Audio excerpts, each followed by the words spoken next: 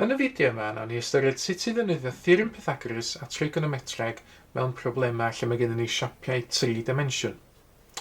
Felly, er enghraifft, yn fan hyn, mae gennym ni giwboid, a mae'r fertiga neu'r cornelid cael ei labelu fel llythrennau gwahanol, a mae gennym ni broblem yn fan hyn, yn gyntaf i ffeindio hyd y groeslin AH, a wedyn maint yr ongl AHE. Nawr, gadewch ni ychwanegu un o ddau linellau fan hyn, ni weld beth sy'n cymryd lle. Nawr, y groeslin AH ydy'r llinell sydd yn mynd o A, y fertig yma, i H sydd lawr i fan hyn. So, ni ychwanegu llinell i fewn i ddangos hyd pa linell dyn ni eisiau ffeindio. Ac yna i helpu ni'n bellach, dwi am ychwanegu llinell y lawr i fan hyn.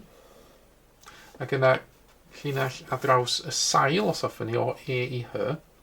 Roedd beth gyda ni wedyn ydy triongl ongl sgwar i weithio hefo. Nawr, mae yna ongl sgwar fan hyn, ydych chi ddychmygu. Mae gen i'r uchder fan hyn yn cyfarfod y sail, lle mae yna ongl 90 gradd yn mod y fan yna.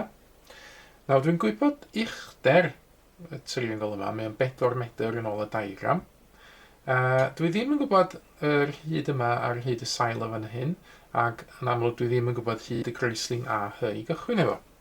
Ond mi fedra i ddefnyddio theorem Pythagoras i helpu i ffeindio hein. Os gawn ni ganolbwyntio yn gyntaf ar y triongl yma sydd ar sail y ciwboid. Mae hwn hefyd yn driongl ongl sgwar.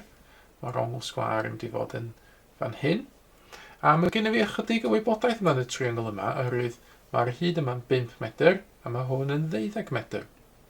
Ac felly, eto gafo hwn yn ongl sgwar i fan hyn, byddai defnyddio theorem Pythagoras i ffeindio hyd y groeslin o E i H. Ac i wneud hynny, mi fedai sgwario yr hydoedd dwi'n wybod. Felly mae 5 di sgwario yn 25. Mae 12 di sgwario yn 144. Gafo fi eisiau ffeindio'r hypotenuse yn fan hyn. Hynny ydy'r hyd o E i H. Dwi'n adio y ddau rif yma at ei gilydd. Felly gai fan hyn 169. Ac i ffeindio hyd EH, dwi'n cymryd ail isradd o 169, sydd yn dod yn union 13 ar uned fan hyn di metr. Felly, byddai ychwanegu hwnna fewn i'r diagram. O E i H, mae gen i fi hyd 13 metr. A nawr, byddai ffeindio yr ateb i'r cwestiwn. Beth yw hyd y groeslin AH? Os dwi'n ystyried y triongl ongl sgwar coch rwan, dwi'n gwybod fod hwn yn 4 a fod EH yn 13. Felly eto defnyddio theorem Pythagoras, byddai sgwario y 4 i gael 16, byddai sgwario'r 13 y hyd yma i gael 169. Eto dwi eisiau ffeindio hyd y hypotenuse o A i H, felly adio. Fydd ar 185 iddo fi. Nawr, dydy 185 ddim yn y grif sgwar, felly yna i ddefnyddio cyfrifiad neu chi ffeindio ail isradd 185. A dwi'n gweld i un lledegol ydyn ni os ar hyd yn 13.6. Felly AH os a ail isradd 185, a fel dydy si mae hynna'n 13.6 metr i un lledegol. Nawr, dyna ni hanner gyntaf y cwestiwn, dyn ni wedi ffeindio maint y groeslin AH. A rhywun fyddai ffeindio hefyd maint yr ongl AHE. Nawr, AHE ydy'r ongl yn fan hyn. Os fyddai farcio o fewn, ac os na i alw fo yn theta, fel yr ongl dwi eisiau ffeindio. Nawr, eto gafo hwn yn driongl ongl sgwar, A i E i H, fyddai ddefnyddio Trigonometreg, triongl ongl sgwar i helpu. I gychwyn, na i labelu'r triongl. Dwi eisiau ffeindio'r ongl theta fan hyn. Mae'r ochr 4 metr gyferbyn yr ongl theta.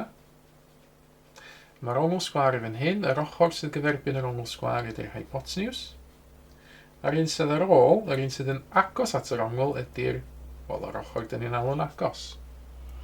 Nawr fan hyn, ar ôl atab rhan gyntaf y cwestiwn, mae gynnu fi i gyd o'r hydoedd, ydy wir 4, 13.6 ac 13.